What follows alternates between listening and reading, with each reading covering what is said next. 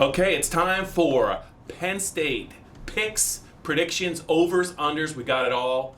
We're going to get to it right now, and I know that I'm going to be right. I can't say the same about some other people on the PennLive sports staff.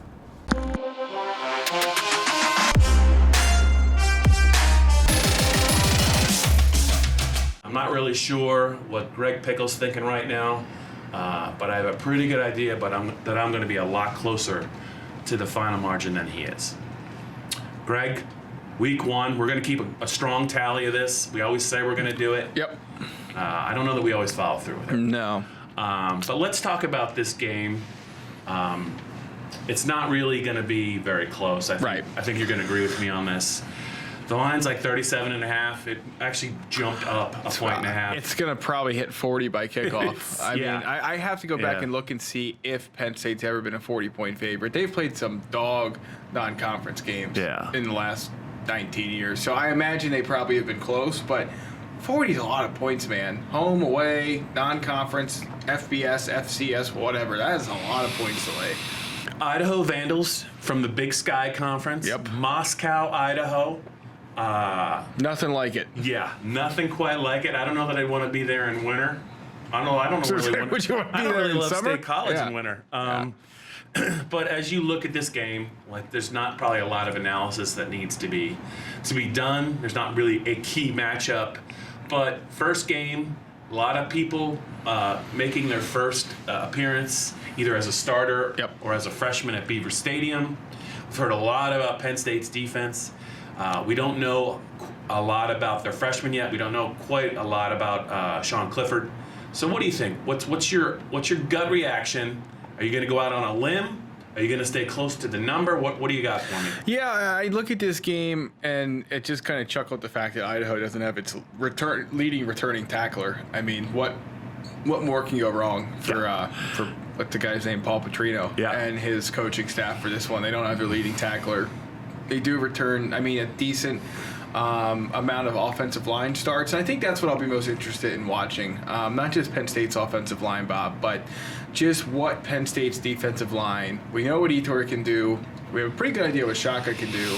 We've seen Robert Windsor in action. But this is, if Appalachian State was a test of the entire team, this, I think, could be a test of Penn State's defensive line because these guys are pretty big, this Idaho front. Now, don't get me wrong, they're not five-star recruits, but they're experienced. They've played a lot of football together, so they're pretty cohesive. And I think that could go a long way in giving Penn State some early issues. But if these guys are as good as we think they are, they're being talked about as maybe one of the best defensive lines of the Franklin era. And then they should have no issue solving whatever this Idaho defense throws at them. So to me, it's a blowout. What did we say? 58.5 on the total. I am hard-pressed to think it's going to be close. I have it 55-7 Penn State.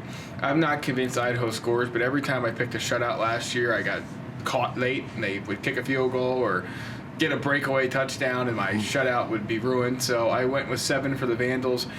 It should be a fourth quarter heavy on players that are maybe making their debut as freshmen, maybe are just a little bit further down the depth chart, but getting a chance to play because it's such a blowout. I'm hard-pressed to see any way that Idaho stays in this game by halftime, let alone any later than that. Yeah, for me, I just want to I'm really fascinated to see how the passing game is going to work. Yeah. Now, I know it's not going to be indicative of what they're capable of doing down the line against better secondaries, better pass rushes. When Michigan State, Michigan, even Pitt for that matter, when they come to town or when Penn State's got to go out there. But I just think that when I want to keep track of maybe the explosive plays in this game because I think Penn State's going to get them right, and not just through the air but on the ground as well. 20 or more yards. You usually during the course of a game, if you get against a good team, 4 or 5, it kind of bodes well for you if you protect the ball. I have to think that even when they go to the reserves, when Noah Kane and Devin Ford are reserve running backs, a bad problem to have. When you talk about some of the receivers that Penn State has, like Daniel George, who caught a 95-yard touchdown pass last year. Mac Hippenhammer.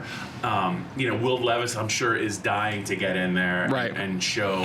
What are you? I just think that you're going to see between 8 and 10, and I think you're going to see a couple of really long gainers. Just before we get to your pick, What do you think the balance is with James Franklin when it comes to Clifford and Levis? What is the point where you don't want to put Levis in, I think, too early? You don't want to take chances for Sean Clifford to see things away, to learn things away. But getting your backup quarterback work in a game like this is paramount if he ever has to come in. But this isn't necessarily a perfect situation for that because you just named one guy the starter, 5 days ago? I would expect Sean's going to play at least 3 quarters regardless of the score. Well, James talked about the fact that he needs experience too. This is the guy that called a timeout to ice the Georgia State kicker. I was going to say that. Yeah, up really, to avert a shutout. He can't help himself. He's going to want to get him. I think that it could make it even more lopsided because even if you hand the ball off, that's no guarantee that Penn State won't have a big play. I think he's going to play 3 quarters, but I would hope that early in the 4th quarter that he would really empty the benches and give Will a shot. I know he's just not really wired that way. Right. Hopefully there'll be some people in his ear. 59-13, Penn State. I think that the defense might get caught off guard a little bit early as they adjust just to what they're trying to do.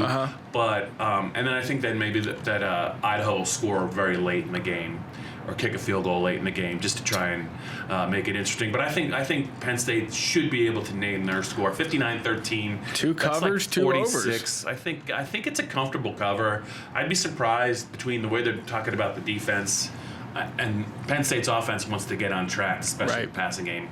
I think it's a pretty good opportunity for Penn State bettors. We can talk about that because it's legal now, right? That's right. Yes, it's perfectly within our right.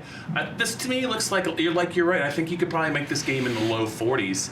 I would still probably take a swing at Penn State as well. So I'm going to say 59-13. So I'm going over. Yep. And I'm going Penn State with not taking the points, laying the points. Right. You are doing the same. You're going over 55-7. Any other picks this week? I got no other picks this week. I'm just dying to see what Dave Jones says, though. I love Stanford. Just want to throw that out there. Love Stanford this week. Is this going to be a thing now? You're going to give us bonus picks? I don't. Yeah, just in case we need it. Stanford is playing Northwestern. Yep. And what can they set the total low enough in Rutgers Howard? I think that's who it's Rutgers. No, I'm sorry, Rutgers UMass. I believe is what it is. The Jarvis Miller game, but. You do know that as you under. You're letting the good folks know that the fact that you're taking a hard look at the Rutgers UMass game, it's a little bit of a look deep into your psyche. I'm just as far as maybe just kind of what kind of are some of the things you look forward to in life. So it's a little troubling, but I like the fact that you gave out a Rutgers UMass under. Penn State fans, you can make of that what you will. But I would say that you've taken a good long look at this, and I'm going to demand an obscure weekly picks. There you go. Obscure weekly pick. Hawaii overs, baby. Every week, because if we're talking about Rutgers UMass, I can't wait for next week. All right, so that's a wrap for the podcast. Yes. The video, all of it, and we'll be back. We're going to be back next week to talk about more gambling.